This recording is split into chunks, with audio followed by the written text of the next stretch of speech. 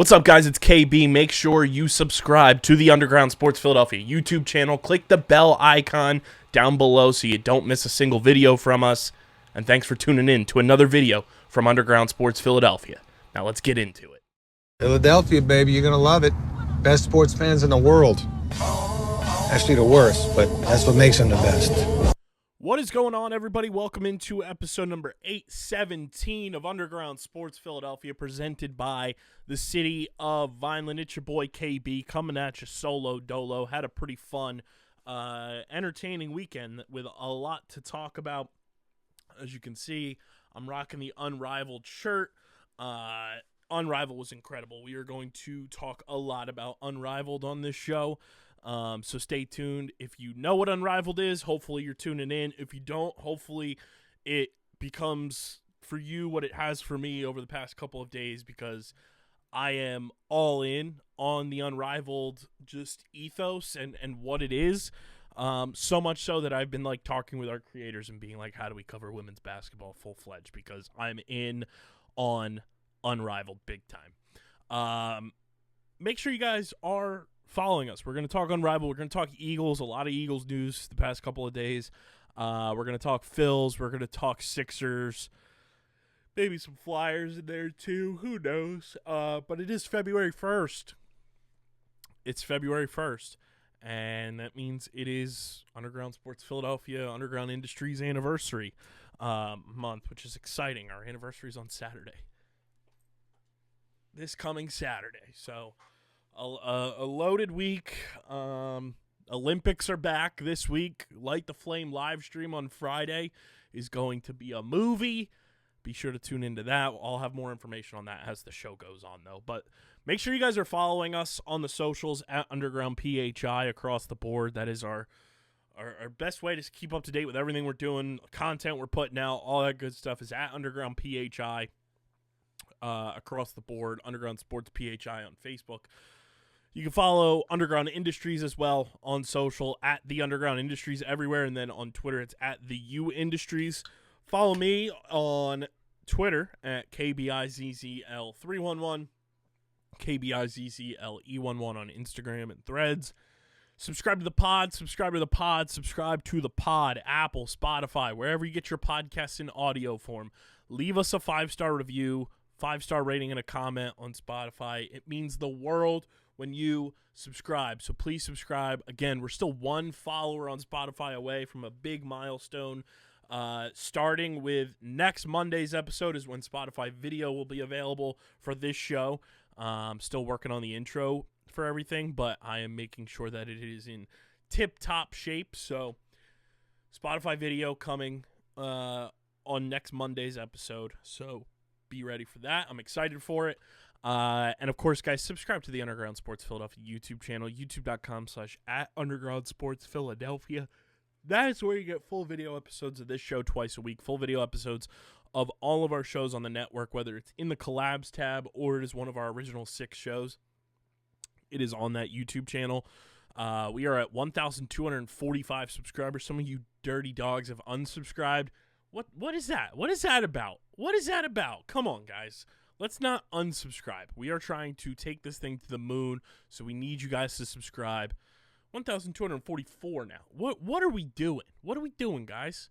Let's get our act together. Subscribe, please. Please. Do you want me to be able to do this full time? Do you want KB to be doing content full time? You can get me out of my tumultuous retail gig?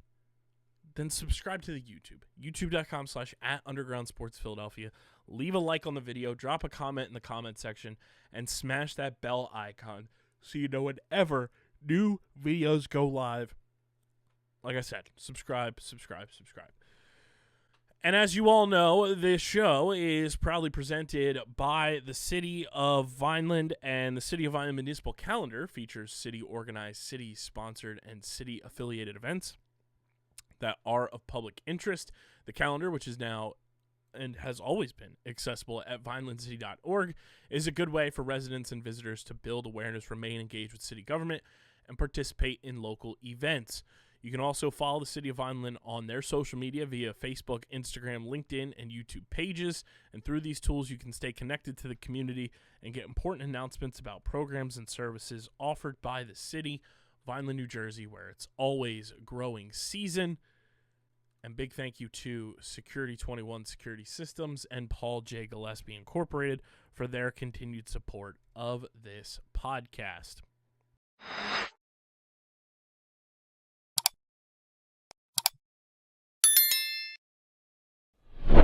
Hello, I'm Mayor Anthony Fanucci. Vineland, New Jersey offers both a great business location and an outstanding quality of life. But don't just take my word for it, the experts agree. We're proud to be recognized as a premier food processing and logistics hub, one of New Jersey's most affordable and desirable cities, and one of the best places to retire in the country. Visit vinelandcity.org and see how our resources can work for you. Vineland, New Jersey, where it's always growing season.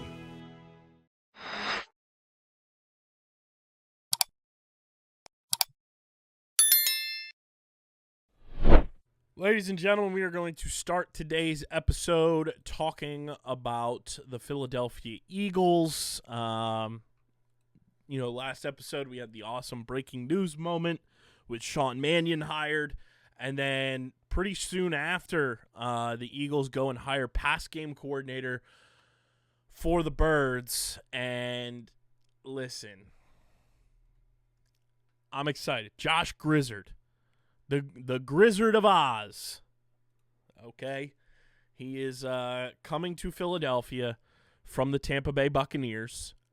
He was the Buccaneers pass game coordinator in 2024, promoted to offensive coordinator in 2025, to replace Liam Cohen, who left to go to the Jaguars. And on January 8th, he was fired as kind of the scapegoat for the Buccaneers' pretty piss-poor season.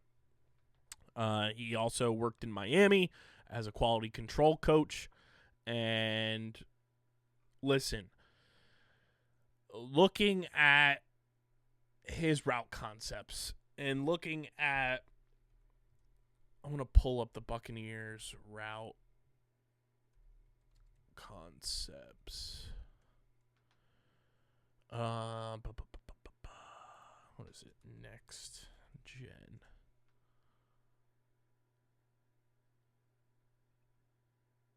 Let me see if I can find images. Yeah, I mean, Josh Grizzard's route concepts for his receivers are going to make this offense absolutely hum.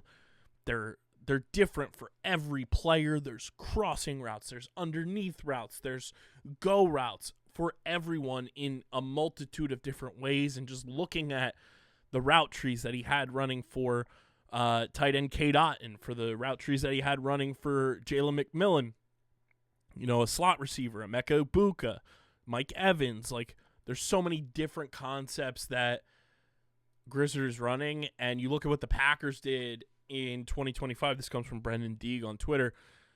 Hitch routes in 2025. The Eagles ran 673 hitch routes, which was by far and away the first in the NFL. The Packers were 31st with 354. Doing a little quick math here. If we do 673 minus 354, the Packers ran 319 less hitch routes than the Eagles did in 2025. Hitch routes in the playoffs, the Eagles ran 48 in one game. The playoff teams that have gone the furthest, a.k.a. the teams playing in the Super Bowl, the Patriots in 3 games, 38. The Seahawks in 2 games, 13.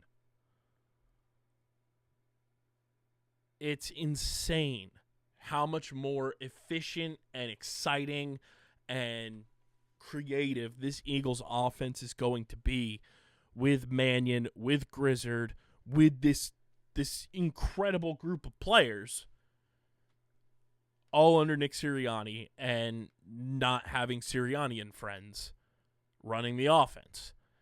And it's going, like, next year's offense, as much as football season is a grind for your boy, and I talk about it every year just because we get new listeners and everything, but, like, I'm covering football high school and NFL for the Eagles, obviously, from mid-August until what we are hoping is Super Bowl Sunday. It's a grind. And I can tell you right now, it's February 2nd when you guys are listening and watching this. I'm so pumped for Eagles football. I'm just excited to see the creativity back with this team, to see Jalen Hurts actually be able to, like, command an offense that is going to showcase talent, that is going to be creative, that is going to catch teams off guard. I'm so pumped for what this team is going to be able to do, and we haven't even, like, gotten remotely close to where we're going to be. You know, we still have the draft. We still have free agency. We still have so much to go through this offseason, but seeing the combo of Mannion and Grizzard was interviewed twice for the offensive coordinator job. So the fact that he's still comfortable coming in after not getting the OC job, but he's coming in as the pass game coordinator, which is technically a demotion from what he was in Tampa just a year ago, tells you the excitement he has to come in and work with this group of Jalen Hurts, A.J. Brown, Devontae Smith, Saquon Barkley, whomever the tight ends may be. I'm pumped about this duo, and I'm pretty sure they're both relatively close in age, too, if I'm not mistaken. Grizzard's 35, and Mannion will be 34 in April, which is so damn funny because the Eagles' offensive coaches are my age. The fact that they are my age is the craziest part of this whole equation. It really, it's making me, like, yearn for knowledge like this.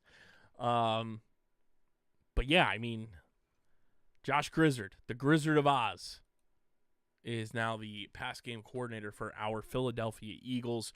Welcome to Philly, my good friend. The scary news this week with the Eagles is the report from Jimmy Kempski, I think was the first to be on it, that I saw on my timeline this morning that nearly just put me back to sleep because I was so shocked. Jimmy Kempski from Philly Voice does a great job covering the Eagles, put out an article today saying that the Eagles considered Jim Schwartz and Jonathan Gannon for defensive coordinator job after Vic Fangio retirement scare. The Eagles are currently working on finalizing their coaching staff for 2026. Luckily, it will, parentheses, probably include Vic Fangio. According to multiple sources, the Philadelphia Eagles got a big scare recently when legendary defensive coordinator Vic Fangio informed the team that he was retiring from coaching in the NFL. However, sources said that Fangio was convinced by the team's brass to stay for at least one more season in 2026. For now, Fangio is back, though it should be noted that Philly Voice reached out to an Eagles spokesperson to confirm that Fangio is still the team's defensive coordinator, and they declined to answer until further notice. As such, wiggle room exists for Fangio to change his mind again.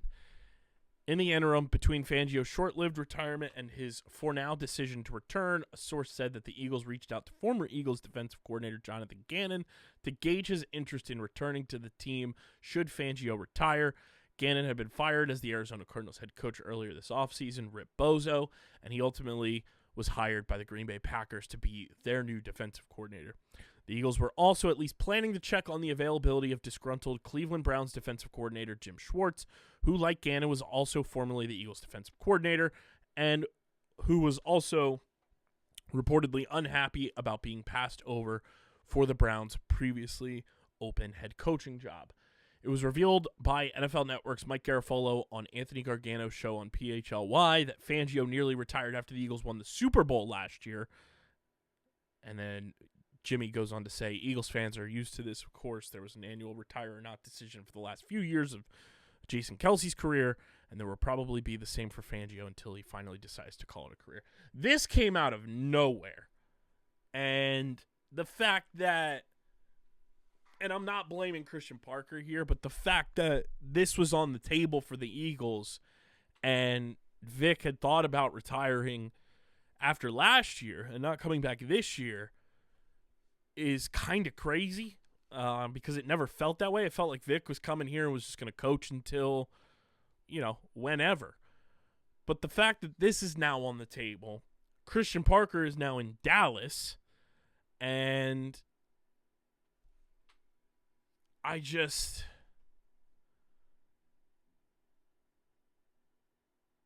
it's bonkers that this kind of came out of nowhere almost.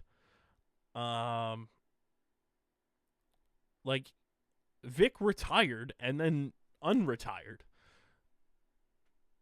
It's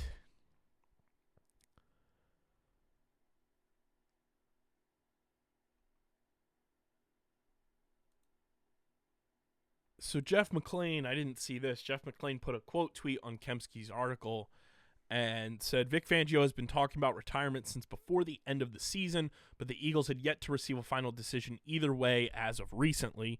He keeps talking retirement, but he did the same last year, a team source said last week. The 67-year-old defensive coordinator hasn't responded to questions about his future since the end of the season. The team remains hopeful that Fangio will eventually decide to return. At locker cleanout, Jeff asked Nakobe Dean if he thought Fangio would retire. Quote, I don't really know, Dean said. Vic always said, well, I won't say always said, but I remember he said he'll stop coaching when it don't get fun, or as fun as it's been. So that's to be determined. Interesting. Just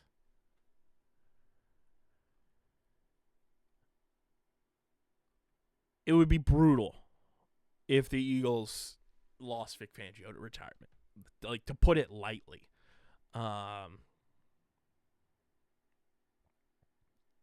It felt like Vic was coming here for at least 5 years.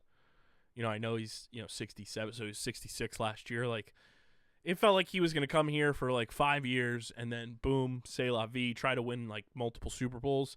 And this year definitely felt like a waste of a year. They cannot afford to lose Vic Fangio, man. They cannot afford to lose Vic Fangio going into this year, especially with the way the offense is going to look.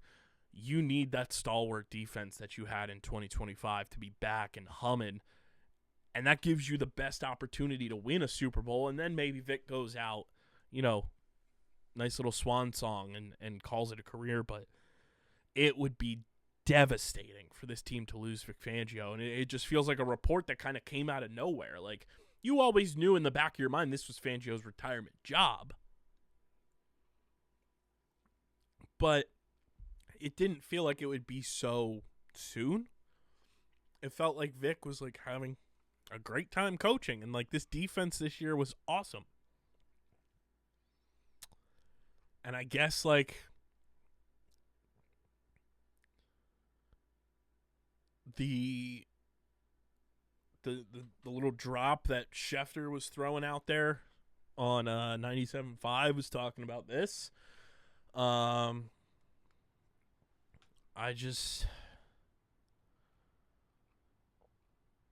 It would be horrible if they lost Vic Fangio. And like now,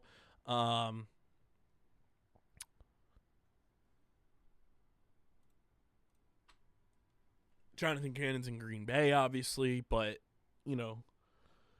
maybe you bring Schwartz onto the staff here and let him, be under Fangio for a year and let him kind of just get back into the building. I don't know what you do. It is such a weird thing, man. It throws a huge wrench into the offseason because you have so many guys on that defense that love and respect Vic and that are looking to get paid and that you're looking to retain. Does Vic Fangio, the looming retirement or potential retirement, affect the way that the defense is approached this offseason? Because if Vic does inevitably retire, you could be potentially be looking at a brand new scheme for this defense. It is such a wrench in this team if that were to happen. I hope Vic is back in 2026. And it really put my brain in a pretzel when I read it this morning, because you felt like the defense was the one surefire thing coming out of this past year, where like the offense, yes, you have the talent, but you're putting in a new scheme. How does everything kind of, flow and work and piece itself together? The defense you knew was intact for the most part, outside of, the guys that you were looking to re-sign or that you're going to have to replace in the draft, what have you. But, you knew you had the Cooper DeJeans, Quinyon Mitchell, Jalen Carter, Jordan Davis, Moro Jomo, and, Zach Bond, and a bunch of guys on the defense were going to be here. Makuba coming back off the injury. And then you would see, do you bring Reed Blankenship back, which I think they should? Do you bring Jalen Phillips back? I think they should. Do you bring Nakobe Dean back? I would like that, but I don't know if he will be back. It really muddies the vision of what this offseason is going to look like. And I think once free agency opens next month, we're going to really see a lot of the approach and whether or not Vic is here. Or even if we don't know yet, like if we don't know if Vic is back and we just start seeing like certain signings and it's like, I wonder how that fits. It may be kind of, just like early telltale signs of whether or not Vic Fangio is going to be coaching the defense next year. And if he's not, like, you need Vic to really decide whether or not he's going to be back. Oh. See, I knew I had something in my teeth. That's so embarrassing. I apologize. I thought it was just a glare. But you need to know, like, ASAP. That way you can make a hire. I would like Jim Schwartz as a successor. I thought he did a great job with the defense here when he was here, and he did a great job with the Browns defense when he was there. But I would love Vic Fangio to be here, and that's the conundrum there. So we'll see. It's something we will definitely be monitoring. But yeah, it's a huge brain pretzel with this Vic Fangio news now, man. A huge brain pretzel. Let me know how you feel about it. Speakpipe.com/undergroundsportsphiladelphia is the voicemail line. It's always open. You can call us during games. You can call us anytime, 24/7, 365. Leave us a voicemail. Speakpipe.com/undergroundsportsphiladelphia. Would love to hear from you. Get involved with the show. Listen to what we have to say and all that good stuff. So, again, leave us a voicemail. Speakpipe.com/undergroundsportsphiladelphia. I'm going to actually log in here and see if there are any voicemails. Nothing yet, but leave us a voicemail. Speakpipe.com/undergroundsportsphiladelphia. Before I keep it pushing, want to talk to you guys about our awesome pals over at Riverside. Guys, Riverside has changed the game for us in terms of content creation. We made the switch to Riverside with our recording process a couple of months ago, and it has been night and day with just our editing process, our upload process, our productivity process. We're getting clips and segments out for shows that we would never be able to before because we have Riverside. It expedites the editing process. There's a built-in editing bay on Riverside's website, so when you finish recording your shows, your webinars, what have you, pop it right open into the editing bay, and you can edit things to put clips, to put shorts, to put, social media content out for your viewers, for your audience, like never before. And guess what? It's wildly affordable. Make the switch like we did, or get started with Riverside. Use our link in the description. That way Riverside knows you're coming from us, and get your podcast, your webinars, your video series going. Use Riverside, and you will thank us later because your entire experience will be second to none. And we thank Riverside for being a proud partner of Underground Sports Philadelphia and the official editing software and recording software of Underground Industries. We move from the Eagles to Unrivaled. I'm rocking Everyone Watches Women's Sports Unrivaled Edition shirt. I was at Unrivaled on Friday night with Casey, our co-host of Underground Circuit, and my right-hand gal for Light the Flame and Olympics podcast, which I'll talk about later on in the episode, with that returning this coming Friday. And the boy Nasty Nigel Lunsford, longtime supporter, been a guest on shows on the network before. Love that guy, one of my best friends. We went to Unrivaled on Friday night, and guys, let me tell you, Unrivaled was incredible. Now, I have never been to a WNBA game before for a number of reasons. Number one, just location alone. It's tough to justify going to Brooklyn for a Liberty game, going to Connecticut, D.C., for that, on top of the ticket, on top of food, on top of parking, what have you. Just the drive alone is tough. Unrivaled was an experience. It was at Xfinity Mobile Arena. You had 4 teams playing. It was the Breeze Basketball Club, the Ghost Gang, Phantom BC, the Lunar Owls, and the defending champion Rose BC. Kalia Copper plays for Rose. Natasha Cloud, my GOAT, plays for Phantom. So the 2 Philly icons got to play in their home market for the very first time in their careers. And it was a spectacle. A spectacle. The introductions just had pomp and circumstance. The players entered in from like the lower bowl entryways to get to the court. It was like a concert almost. Each player got their own introduction. Each team got their own introduction. And the product is awesome. Now,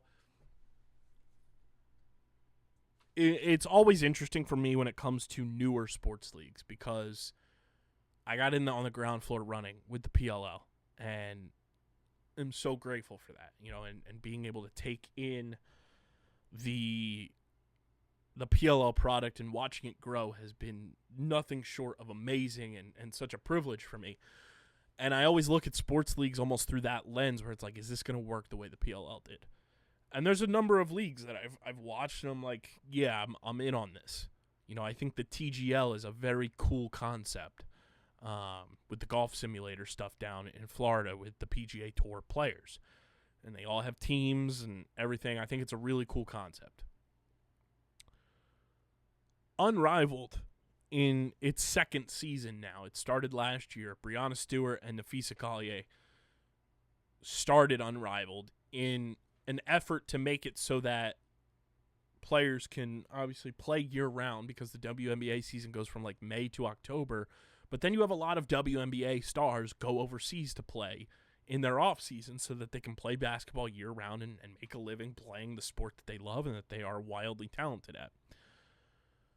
Unrivaled, it's 3-on-3, so it's not a full court.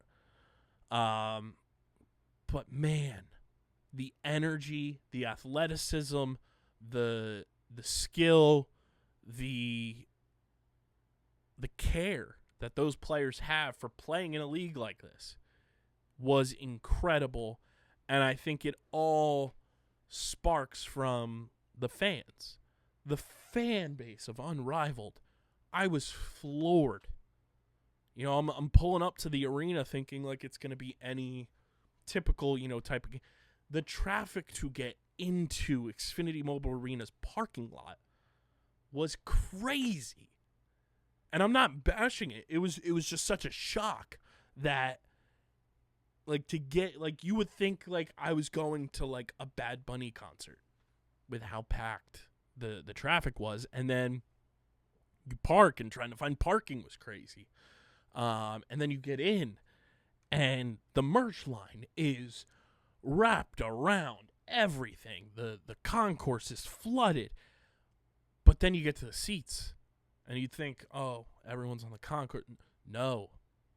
The entire time, both games, when there was game action on, people were in their seats. It was awesome.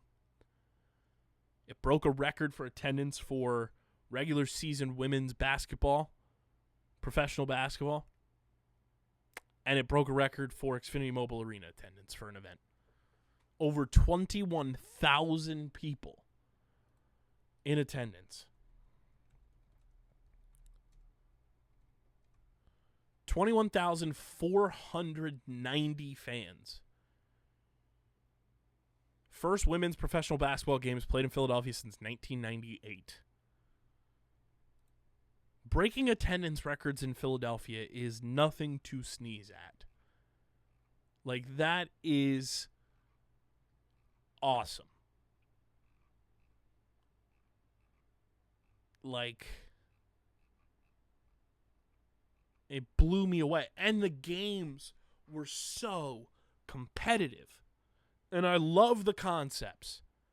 It's 3-on-3. The fourth quarter, there's no clock. They add 11 points to whichever team is leading, and that's the number you're playing to. It's like old school pickup basketball. First to that number wins. So it's not like, obviously the team winning at the time has a much higher chance of winning, but it's never over until that final point is scored. Phantom win in the first game against the Breeze. And then Marina Mabry in the second game. The Lunar Owls come into that game 1-6. And Marina Mabry set records in that game for the Lunar Owls. She broke the single quarter record for most points in a single quarter, 27. She broke the record for most points in a single game with 47. And she broke the record for most three-pointers made in a game with 10. She was on fire. It was incredible. She hits the game-winning shot. It was an amazing atmosphere. And I am so in. Like, I was in. Like, I knew Unrivaled existed last year when it started.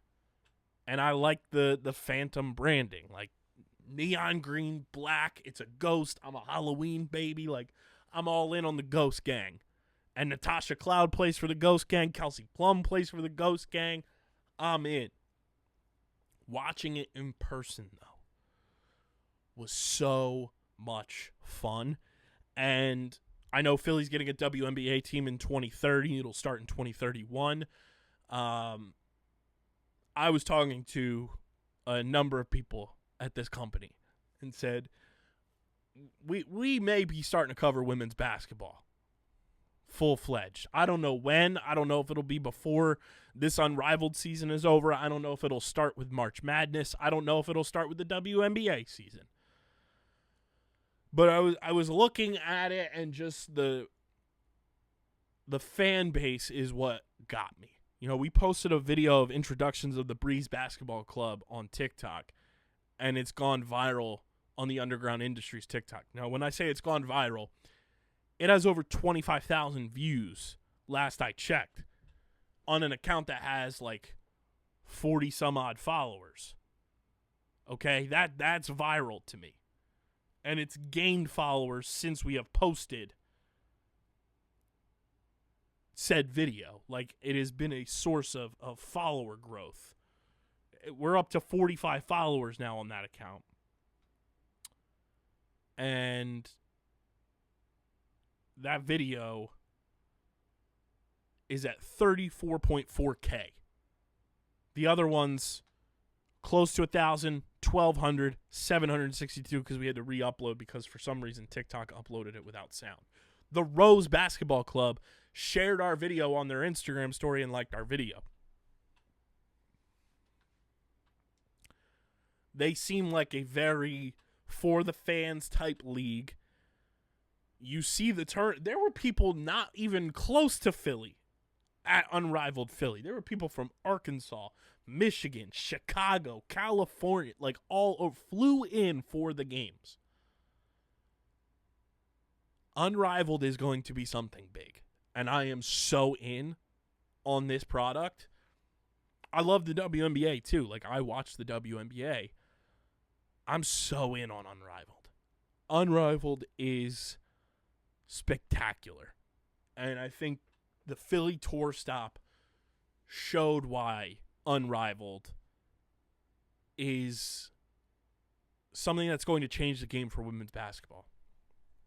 I couldn't even imagine if there was an NBA version of Unrivaled, if there was a men's version of Unrivaled, to have 3-on-3 with NBA superstars playing. Could you imagine? Unrivaled got it right. They've got this thing perfect. The branding of all the teams, not just the 4 that were in Philly, all 8 teams. I've got a cart filled on their website with merch. The players are so marketable. They're likable. And it's competitive. It's not just, go through the they play to win. It is so much fun to watch. And it's some of the best players in the world. Kelsey Plum, Paige Beckers was playing, Cameron Brink, Kalia Copper, Natasha Cloud, Skylar Diggins. You have who's who, Chelsea Gray, Shakira Austin. You've got a who's who of playing in this league outside of a few big names, which I thought of a theory. I don't know if it's correct. If you're an Unrivaled fan or a WNBA fan that knows more than me, let me know in the comment section here. Caitlin Clark, Asia Wilson, and Angel Reese do not play in Unrivaled. Sabrina Ionescu does not play. I don't know for sure what Angel's shoe deal is. So she's with Reebok. I think for the Nike players, it may be because the jerseys in Unrivaled are Under Armour, and I don't know if there's like a clause in their contracts because Caitlin is Nike, Asia is Nike, and I'm pretty sure Sabrina is Nike. Yeah, Sabrina's 100% Nike. And then Angel Reese is Reebok, like I said. I don't know why she's not playing in Unrivaled. So she's not playing this season because of injury from the WNBA season. Okay, so maybe she will. Did she play last year?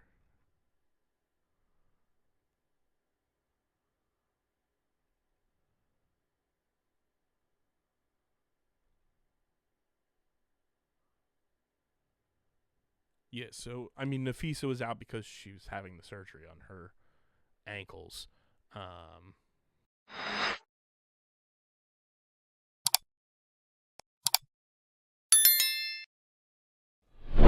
The Vineland Municipal Utilities is committed to helping your business succeed. As a community-owned utility, our focus is on service, not profit. From site planning to powering your operations, we can help you achieve your strategic goals. Whether it's a customized cost analysis of your usage needs, engineering support to ensure a smooth interconnection, or offering lower rates than neighboring utilities, we want to be your partner in creating an environment for long-term success. Vineland, New Jersey, where it's always growing season.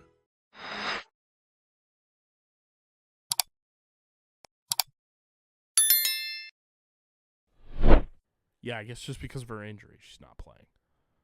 So that's a bummer. But hopefully, we'll be able to see her playing again. So maybe it's not a Nike thing. Caitlin and Asia are just not playing. Let's see if there's any. Why is Caitlin not playing Unrivaled? So she just is resting and recovering. Wow, she received significant 7-figure offer with equity.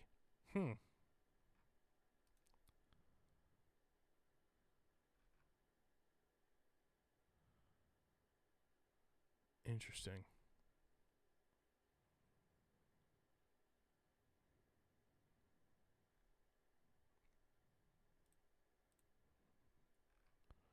Let's see.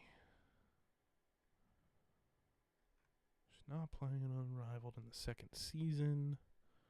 I mean, she was injured a ton.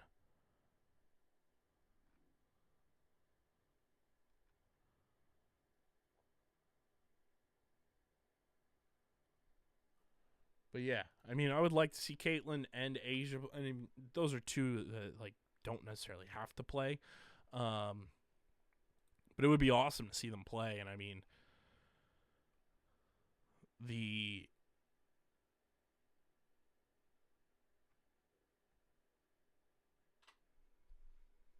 overall just ethos of Unrivaled and the fan base and the energy and the players and the buy-in and the care and just everything about it was incredible. And I was texting DJ about this, our co-host of Outside the Box with yours truly, and he hosts our college show, who will also be joining us on Light the Flame. I was like, dude, it gave me 2019 PLL vibes watching everything in person with Unrivaled. It really, really, there's been very few new and up-and-coming leagues that give me that vibe. Unrivaled has given me the 2019 PLL vibes, and it's why I'm like all in, and I'm going to be watching and following along as much as I can the rest of this season and being all in on it. It's such a short season too. It's easy to digest, and it leads you right into March Madness, which leads you right into the WNBA. It's a perfect ecosystem for women's basketball, and I couldn't be more bought in. So everybody who was involved with Unrivaled Philly and making that happen, and just the energy in that building, we broke records on Friday night, and I'm so in on Unrivaled. It's a product that I cannot recommend enough. I had people texting me about it when I was posting that I was there that didn't even know it existed, and they were like, hey, I gotta check this out. That's how you know it's working. People are interested if they don't know it exists. People are interested in seeing it in person and taking it outside of the walls of, their centralized location in Miami. I think it showed that it works. And taking it to a market that currently doesn't have a WNBA team made it work that much more. Philly's a basketball town through and through. The basketball culture in Philadelphia is second to none. And it really it's something I'll remember for such a long time. That, I was at that first Unrivaled showcase tour in Philadelphia that broke records, that was played in front of Dawn Staley, in front of Wanda Sykes, Leslie Jones, Kylie Kelsey, Jason Kelsey, a bunch of the Eagles players, but Jalix Hunt was there, as if I couldn't love him anymore. Kyle Lowry and Andre Drummond were there. Like, it really showed the power that these players have, and, now that they are going into, this point in time with the WNBA, and there's no CBA active right now, I think Friday night really showcased the power that the players have. So hats off to everybody involved with Unrivaled, because you have a brand new fan, full-fledged right here. And a tip of the cap to everyone involved. And our tip of the cap is brought to you by our awesome pals over at 47. Guys, I'm wearing the 47 right now. That's City Connect Phillies, John. I love this hat. It's so clean. I love 47. I've got a ton of 47 hats down here. No wardrobe is complete unless you got the 47 on the lid. And boy, oh boy, it's the most comfortable headwear in the game. The branding, the styles, the swag of it all. Honestly, it's got that authentic vintage feel to it. These ones specifically with the green under the brim, it's just like, this is so 80s and 90s. I love 47. I'm always rocking a 47 hat no matter where I go. I was at a day job work party tonight rocking 47 on my head. You know, it's truly my go-to headwear of choice, whether it's for the Birds, the Phils, the Sixers, the Flyers, the Union, even our own company brands. I'm getting stuff made so I can rep our company brands all the time. You guys can go use our link in the description, shop with 47, get free shipping on all orders when you use our link and join the 47 family. It's their rewards program. It's free to sign up. You earn points. I just spent some of my points tonight. Got a sweet Eagles hat coming that's black and gold, 2-time Super Bowl champions on it. Never in my lifetime did I ever think I'd be able to purchase a hat, let alone from 47, that said Eagles, 2-time Super Bowl champions. So go check out everything 47 has to offer. Use our link in the description. They've got WNBA. They've got NBA, NHL. I've got an NHL hat in my cart right now, just waiting on that paycheck to hit, and I'll be purchasing that bad boy. Use our link in the description, shop with 47, and get free shipping on all orders when you join the 47 family. And we thank 47 for being a proud partner of Underground Sports Philadelphia and the official headwear partner of Underground Industries. Let's shift from Unrivaled, which I followed and tweeted at the CEO of Unrivaled,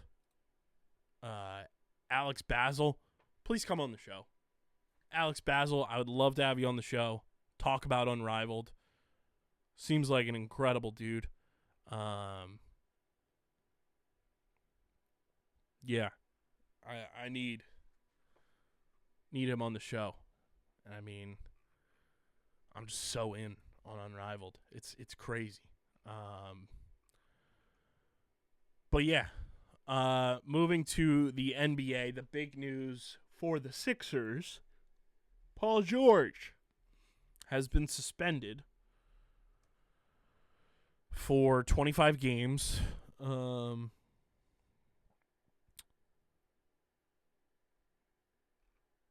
For testing positive for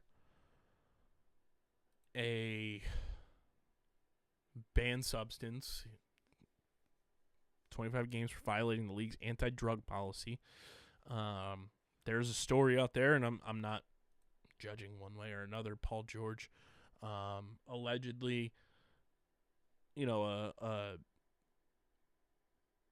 was taking whatever drug that he was popped for.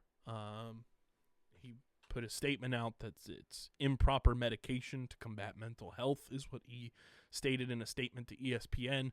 Over the past few years, I've discussed the importance of mental health, and in the course of recently seeking treatment for an issue of my own, I made the mistake of taking an improper medication. I take full responsibility for my actions and apologize to the Sixers organization, my teammates, and the Philly fans for my poor decision-making during this process. I am focused on using this time to make sure that my mind and body are in the best condition to help the team when I return. It's a bummer. Paul George was limited to 41 games last year with injury, and it's been a bumpy at best, first couple of seasons with Paul George. The depth for this team is now hindered for sure, and this is just strictly talking basketball, not talking about the actual situation.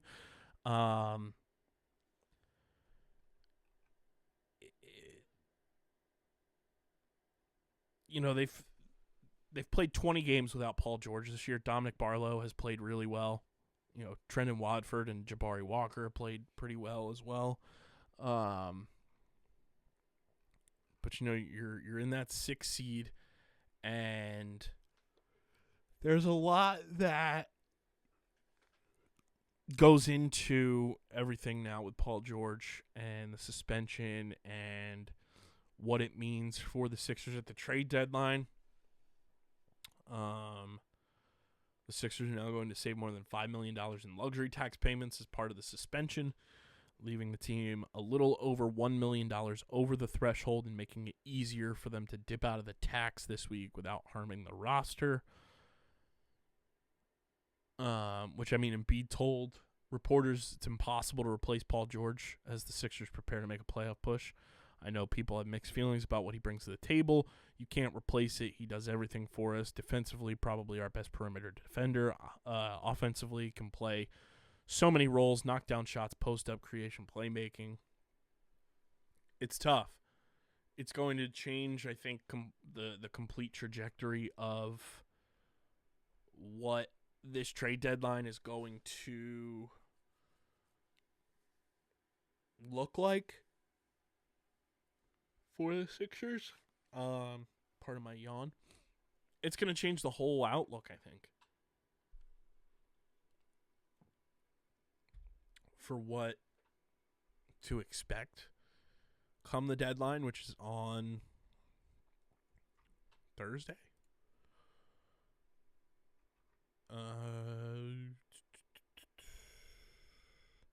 Yeah, Thursday.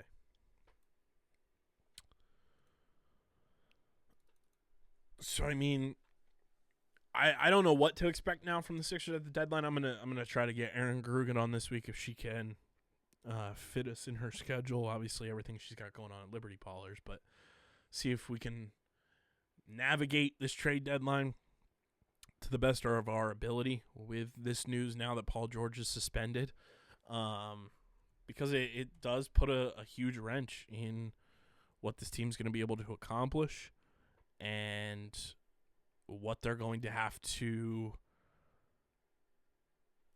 ebb and flow through these next 25 games, which, let's see, that's one. He's already done one because that was the Pelicans game, which we'll talk about in a minute. 1, 2, 3, 4, 5, 6, 7, 8, 9, 10, 11, 12, 13, 14, 15, 16, 17, 18, 19, 20, 21, 22, 23, 24, 25. So Paul George is eligible to return March 25th, I would say. 25 games would be that final. That final one would be Thunder 76ers on March 23rd. So his first game back would be March 25th against the Bulls. Yeah,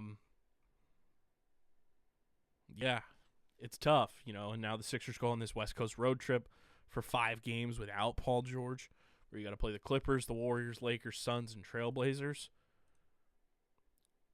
Suns are the 7th seed, Lakers are the 6th seed, Warriors are the 8th seed, Clippers are the 9th seed, Trailblazers are the 10th seed. So it's like you're playing the bottom half of the Western Conference right now, and you're fighting to stay afloat in that 6th seed where you're even in the loss column with the Cavs, which are 3 wins behind them in the standings for the 5 seed. Same with the Raptors. And, you've won a few games in a row here. You've won 3 in a row. Bucks, Kings, and Pelicans games. You 3-0 on the homestand. Pelicans game was awesome. Obviously, it was the tribute night for the 2001 team. Joel Embiid puts up a 40-piece. VJ puts up 15. Tyrese with 18. Jared McCain had 12 in 17 minutes. That's pretty solid. Kelly Oubre with 19 and 10. Embiid had 11 rebounds as well, so nice little double-double action. But yeah, it's definitely a hindrance on the depth. It's a hindrance on what they're going to be able to do at the trade deadline and what it looks like overall for this trade deadline.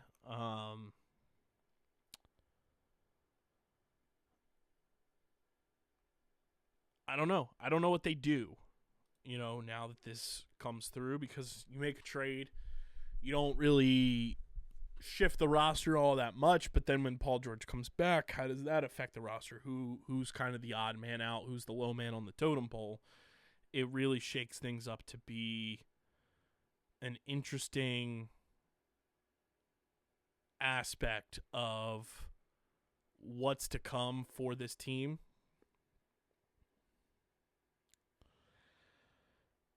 It's tough, and I feel for Paul George. I know there's people trying to downplay his side of the story.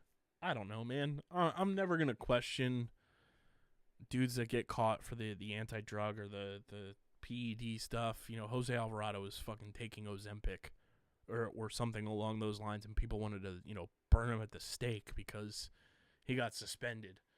for it. Like, I can't help that these leagues have certain things on their lists, or they're not communicating enough with players. So I just I feel for Paul George. I feel for the Sixers side of things, team-wise and coaching staff-wise.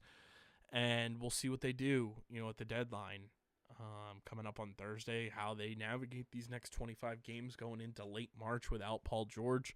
Obviously, you'll have the All-Star break in there to kind of be a buffer zone, too, and get some guys a little more healthy and ready to go for the second half. But it's a tough blow to this team because Paul George has been playing really well, too. So we'll see. We shall see. But the game against the Pelicans, the team also honored the 25th anniversary of the 2001 Eastern Conference Finals champions, and Allen Iverson, Pat Croce, Eric Snow, a whole bunch of guys in the building for the celebration. It was really cool to kind of see a bunch of those guys back. Hip-hop in the building, obviously. Pat Croce is the man. I love what Pat Croce has just evolved into over the years. Seeing what he was back then and seeing him now with his beard and his sunglasses and his tattoos, and he's the coolest. I would love to get Pat Croce on this show because, just an all-timer. Just an all-timer. He's just the coolest. That's the word to describe Pat Croce. Is he's so cool. So it was awesome to see, a team that was part of my childhood get back together and be rocking out together for, an anniversary that hopefully one day this era of Sixers basketball will raise a banner and, that 2001 team, for everything they accomplished, which was awesome, becomes a thing of the past, and we get to honor this next generation. My biggest issue with the 01 team when it comes to just the overall celebrations is the banner that is hanging at Xfinity Mobile Arena for that team does not display the logo for the Sixers that they were using at the time. It has the current Sixers branding on it. It should represent the era of team when you have a banner. The banners that you raise should have every bit of branding that you wore on a jersey, that you wore on a helmet, that you wore on a hat, what have you. That's how it should be represented. And the fact that the Sixers just have this uniformity to it, it drives me crazy that it doesn't have that Iverson era Sixers logo on the banner. And it's not Iverson era banner. That's what it should be. That's that team. That's what the Sixers were wearing. That was what their look was. That's what the banner should be. I hate that. I hate that the Sixers retired numbers are not that either. And I hate that the Sixers retired numbers are not in numerical order. It drives me up a wall. Let me know if you feel that same way. Am I crazy for thinking that? The 01 Eastern Conference Finals champion, the Eastern Conference Champions banner at Xfinity Mobile Arena should have the Iverson era Sixers logo, should be in that color scheme. If that number is retired for whomever, Allen Iverson, those guys, it should be that branding. And the numbers should be in numerical order. It's crazy that it's not that way. It drives me nuts. The Phillies have it that way. The Flyers have it that way. Oh, it makes me cringe. Do the Eagles have it that way? Eagles retired number banners. Let's see. No, the Eagles don't have it that way either. That drives me nuts. That drives me nuts. And the Eagles, too.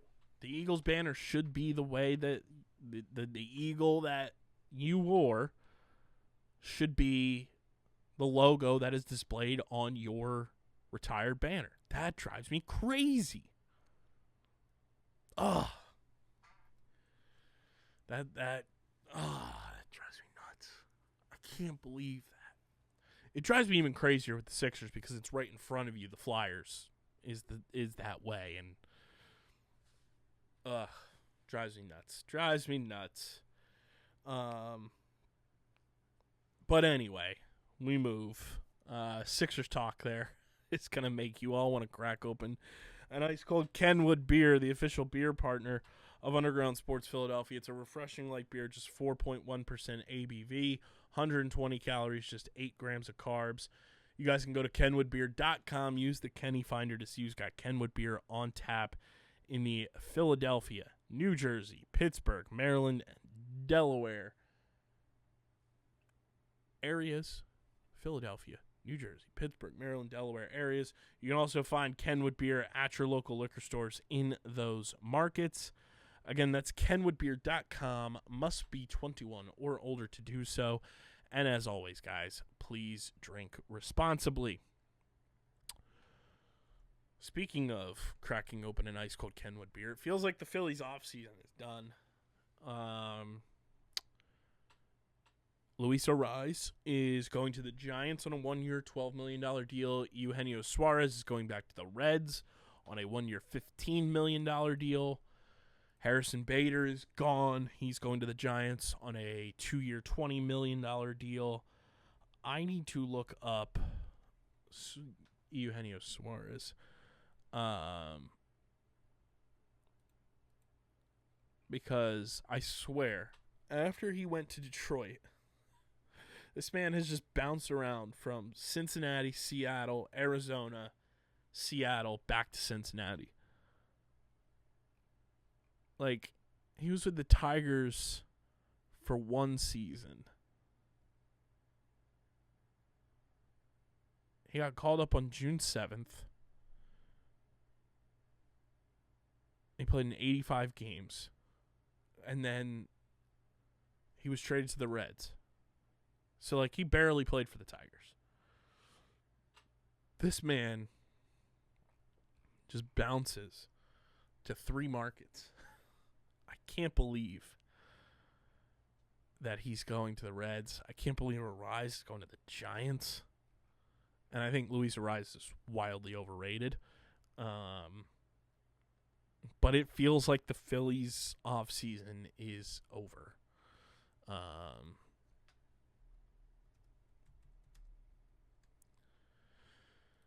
You know, I would have loved Suarez here.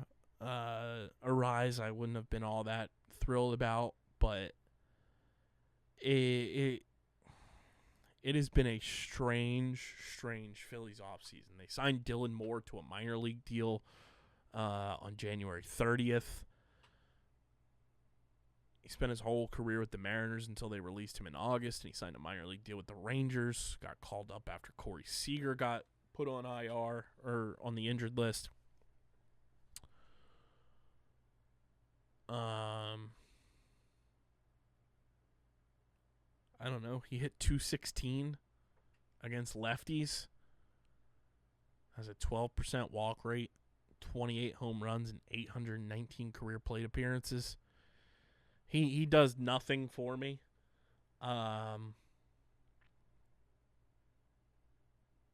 He can play everywhere across the diamond except catcher.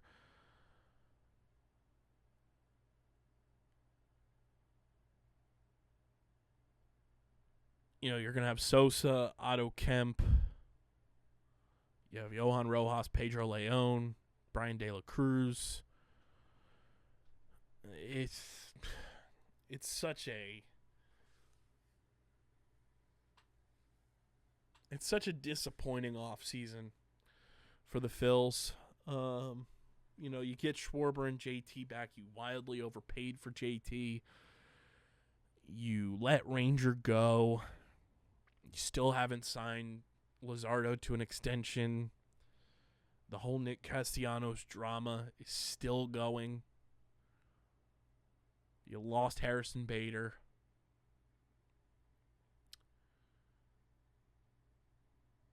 You got duped by Bo Bichette.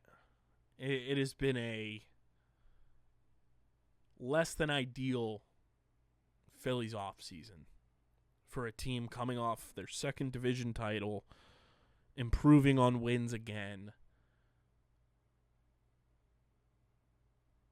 And they are quickly losing the city, which they fully engulfed in 2022. And in 4 years, they're going to lose them the way that this offseason has progressed. Unless they go on some torrid run and are like the best team in baseball. But then everyone will say, what are you going to do for me in the postseason? Which is completely valid. This team had a chance to win the World Series in 2022 as a wild card team and unfortunately lost. You got no hit in the World Series. You should have won the World Series in 2023, and you got mystified by the Arizona Diamondbacks. 2024 was such a blech year. And then last year. Last year, you had the pitching that was firing on all cylinders, and the offense just disappeared again. It's tough to want to get excited. And, like, I'm always going to be excited because, like, summertime, I love going to the ballpark. I love being around Citizens Bank Park. Like, it's going to be a fun year with the All-Star Game and the Home Run Derby and all of that. But the way that Dave Dombrowski has structured and built this team and is really banking on Andrew Painter and Justin Crawford being like the next comings of Randy Johnson and I don't even know what when it comes to Justin Crawford is a whole hell of a lot of faith in those guys.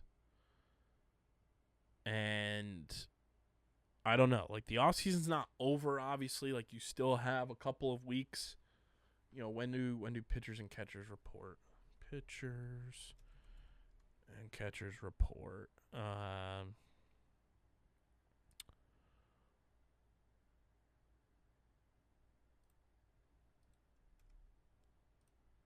Phillies will report on February 11th. So the Phillies report in 9 days by the time you guys are listening and watching this. First full squad workout is February 16th. First game is February 21st. And you're not going to have Bryce Harper, Kyle Schwarber, Christopher Sanchez, and some other guys because they're in the World Baseball Classic. And, I mean, there's a lot of banking on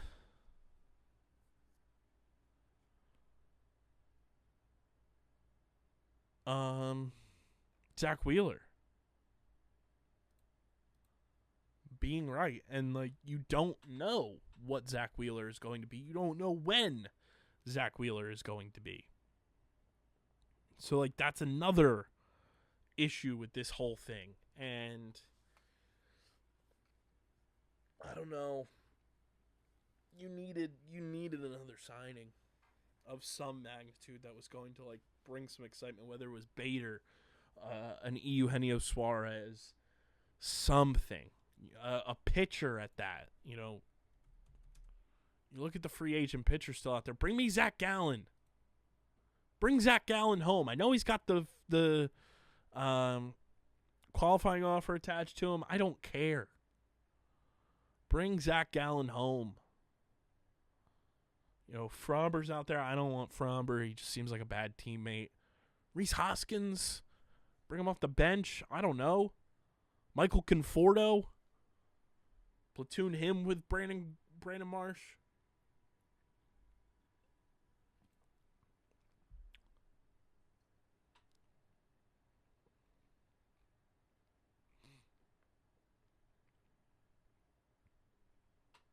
I don't know, man. Is Conforto a righty or a lefty?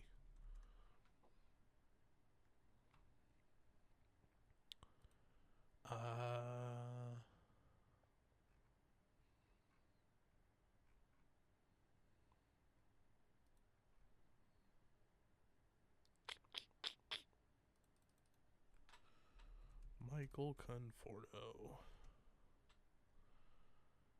I mean, he didn't have a great year for the Dodgers last year, but it was the Dodgers. Like, he wasn't playing that much. Oh, he bats lefty. Yeah, never mind. I guess because he throws righty. I just thought he was a righty-righty. Congrats to David Robertson on his retirement. Fully retired, 3-time Phillies legend. I don't know, man. Like, bring me somebody. Like, looking at the free agents, and it's just like his.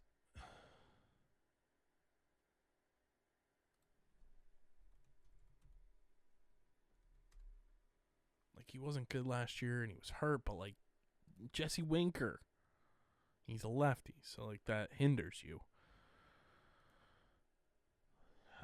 Why are there no right-handed free agent outfielders?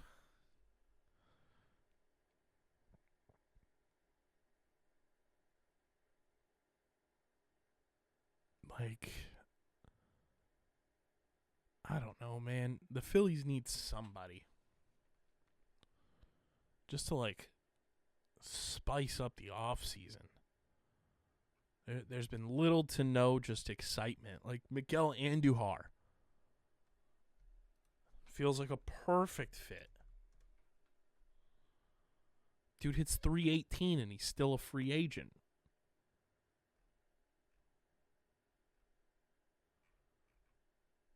And he's a righty. And he can play left field and third base.